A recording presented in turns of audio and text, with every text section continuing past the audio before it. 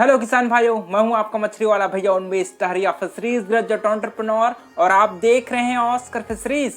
किसान भाइयों, गर्मी का समय है वो आ चुका है और बहुत जगह हमारे कार्प मछलियों का, हमूर कार्प, ग्रास कार्प, ऐसे मछलियों का सीड है वो मिलना शुरू हो गया होगा।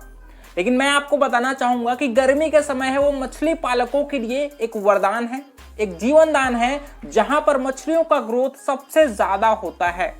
अगर आप दूसरे महीनों का कंपैरिजन करेंगे तो जैसे ही आपका फरवरी मार्च शुरू होता है, यहाँ पर मछलियों की एक्टिविटी है वो फास्ट हो जाती है, उनका फीडिंग इंटेक भी बढ़ जाता है क्योंकि टेम्परेचर हाई हो जाता है। तो यहाँ पर अगर आप गर्मी पालन में नए सिरे से मछली पालन स्टार्ट कर रहे होंगे तो आपको मैं प्रॉपर गाइडेंस देना चाहूंगा। कुछ इंपॉर्टेंट टिप्स मैं आपको बताना चाहूंगा जिसको आपको जरूर गर्मी के सीजन में ध्यान रखना चाहिए। सबसे पहला आप हमको बात करेंगे दोस्तों फीडिंग मैनेजमेंट की, क्योंकि हमारे मछलियों का फीडिंग इंटेक है दोस्तों वो गर्मी के समय में बढ़ जाती है। इसका मेन कारण है आपके वातावरण का तापमान का बढ़ना, है ना। तो यहाँ पर आपको प्रॉपर फीडिंग शेड्यूल को फॉलो करना है, चाहे वो कार्प मछली हो गया, चाहे कैटफिश हो गया, ठीक है। जो भी फीडिंग चार्ट होता है कार्प मछलियों का उसको आपको फॉलो करना है। दूसरी बात, आपको अपने फीडिंग को दोस्तों 2 से 3 पार्ट में डिवाइड करके ही मछली को फीड कराना है, क्योंकि एक साथ अगर आप फीडिंग कराते हो तो मछलियों को डाइजेशन में प्रॉब्लम हो सकती है। तो आपको फीड को 2 पार्ट में डिवाइड करिए। सुबह आराम से 10 से 11 के बीच पहले पार्ट को फीडिंग कराइए, दूसरे भाग को आपको 3 से 4। दूसरा हमारा पॉइंट आता है दोस्तों आपके पानी की गहराई।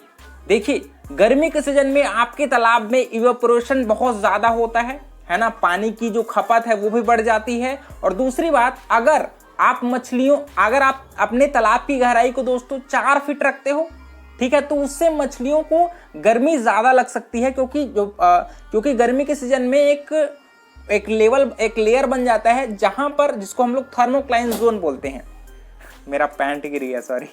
तो उस वजह से क्या होता है, थर्मोक्लाइन जोन से नीचे मछलियां आके अपना जगह बना लेती हैं। लेकिन आपको पानी की गहराई है दोस्तों वो 6 से 6.5 फीट रखनी है, ताकि मछलियों को ज्यादा जगह मिले अपने आप को गर्मी से बचाने के लिए। और दूसरी बात, आपको मछली की एक्टिविटी बढ़ाने के लिए तालाब में हलचल भी करनी पड़ेगी। और दूसरी बात, जब भी सुबह का समय होगा वहां पर ऑक्सीजन की कमी है वो आपको दिखाई देगी, खासकर 3 से 4 बजे के बीच में। तो सुबह सुबह आपको अपने तालाब में या तो नया फ्रेश वाटर ऐड करिए, या फिर पानी में हलचल करिए, या फिर अगर आपके पास एरेशन की सुविधा है तो तालाब में एरेटर जरूर आप 3 से 4 बजे के बीच चालू करिए। हमारा पॉइंट आता है दोस्तों, हमको कितने दिनों में तालाब में फर्मेंटेशन करना चाहिए, खासकर गर्मी के समय में। देखिए, गर्मी के समय में आपके तालाब में ऑक्सीजन की जो पेनिट्रेशन है वो बहुत आयत से होती है। इस वजह से तालाब में प्लैंकटन की अवेलेबिलिटी है दोस्तों वो अधिकतम बनी रहती है, ठीक है। तो यहाँ पर आपको फर्मेंटेशन करने से पहले सेची डिस्क का प्रयोग है आवश्यक रूप से करिएगा।